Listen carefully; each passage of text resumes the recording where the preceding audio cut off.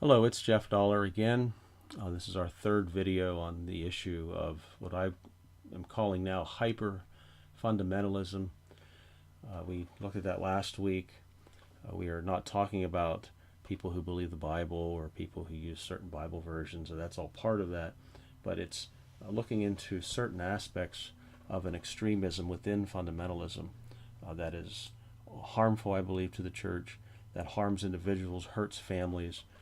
We're looking into that, and we were starting on looking at some of my experiences that I had had growing up in that type of a church. I actually didn't get into the church till I was about 17, but the local church itself had quite an impact on me. But we left off talking about the experience with Hyles-Anderson. Our church had sponsored a youth group conference, the youth conference. We would go to that youth conference. I believe I went 2 times, possibly 3, with the church. I think it was 3 because I was in college one of those years as well. But we went out, we were exposed to this place called First Baptist Church of Hammond and Hyles-Anderson College, and it really did make quite an impact on me. The zeal that I saw there, that was what appeared to be genuine. It was something that I was attracted to. The authority that you heard within the preaching of Jack Hyles, something that I was somewhat familiar with, but not to the quality that you'd see in somebody like Jack Hyles, who had been well practiced, who was very well talented in speaking and his preaching. It was something that's very powerful, something that attracted me to them. The youth conference itself, his son Dave Hyles was still doing the youth conferences in those days. I believe it was 77, 78, possibly 79 that I went. Might have been 78 and 79.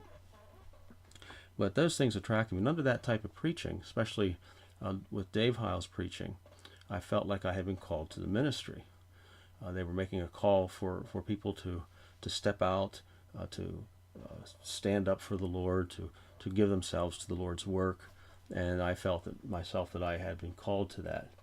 Whenever I went, it was interesting. My parents got the date wrong of when I was supposed to be there. I ended up showing up a day early. No other students there, no place for me to stay. The dorms weren't available. So I ended up staying in one of the faculty members' homes, which was an interesting experience. Very nice fellow. But that was the start of that. But I was introduced to some interesting teachers as well, which, if you're familiar with that ministry, you'll recognize the names. Dr. Jack Scott was my English teacher my first year. I got to know him a little bit. He was very friendly and kind to me. I only have good memories of my personal experience with him. Joe Combs was my Old Testament teacher. His classes were very large, and we did not get to know him personally. So I don't know anything about his personal life in a sense, except for what I heard on the news, which perhaps get into later. Dave Hyles was my teacher for church education for the first 2 or 3 years before he left. So I was introduced to all of this. I was very much involved and dedicated to this ministry, to this college. I had become immersed in it. I became part of it, and I felt like I wanted to finish there. I wanted to not to be a quitter, as they would say, and I plugged away and did my studies and worked and things like that. The college itself at that time, I really don't know what's been going on at the college in the past 20 or 30 years. I haven't been there since, I believe it was 87 or 88 was the last time I was there for a youth conference with the church where I was a youth pastor. When I was there, they called themselves the Marine Corps of Fundamentalism. The dean of students was a fellow by the name of Dean Meister. I don't remember his first name, but he would get up and he'd give these speeches just like he was a drill sergeant, and he would insult us and encourage us and all, but just like the Marines. So you get that kind of a feel when you're there. And someone away from home, I was 600 miles away from home, 18 years old, first time I was away from home. It was something that made quite an impression on me. I ended up joining the bus ministry. The students were all recommended to do that. I did that for the first year. We ended up going to Chicago. A lot of experience in there. Some good, some not so good. We had that at that year. I believe it was my first year. They had what was called a big day. That they were attempting to reach 100,000 people for the Lord. That they would be able to preach to 100,000 people. There were students, more experienced students. I was a newbie there. That they would go on the public transportation in Chicago, and one would have a counter, another one would be giving the gospel, and the one giving the gospel would give his presentation, and the other fella will be clicking away on his counter to see how many people were there, and they would come back with all the information to see if they reached their goal.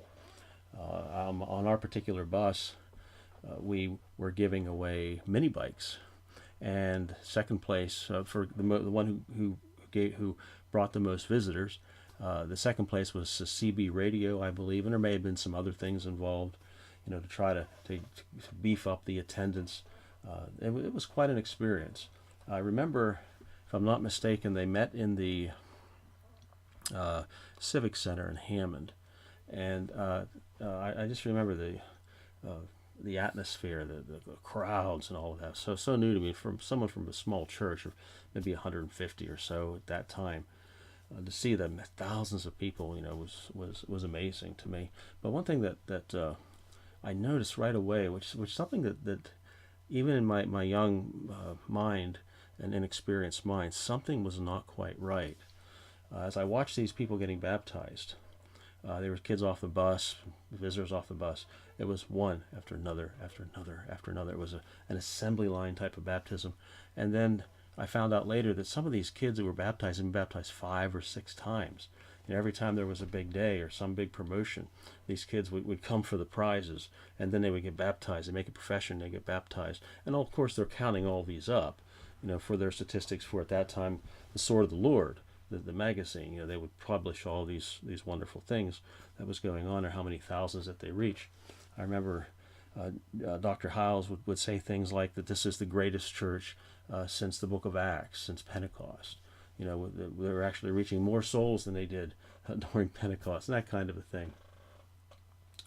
I remember a fellow by the name of Stan Harris, who was a karate expert, and I'm trying to put it in my mind exactly where he fit into all this, but I'm thinking he did some of these demonstrations for the big days, for the kids, where he would break boards and do other things, with the karate.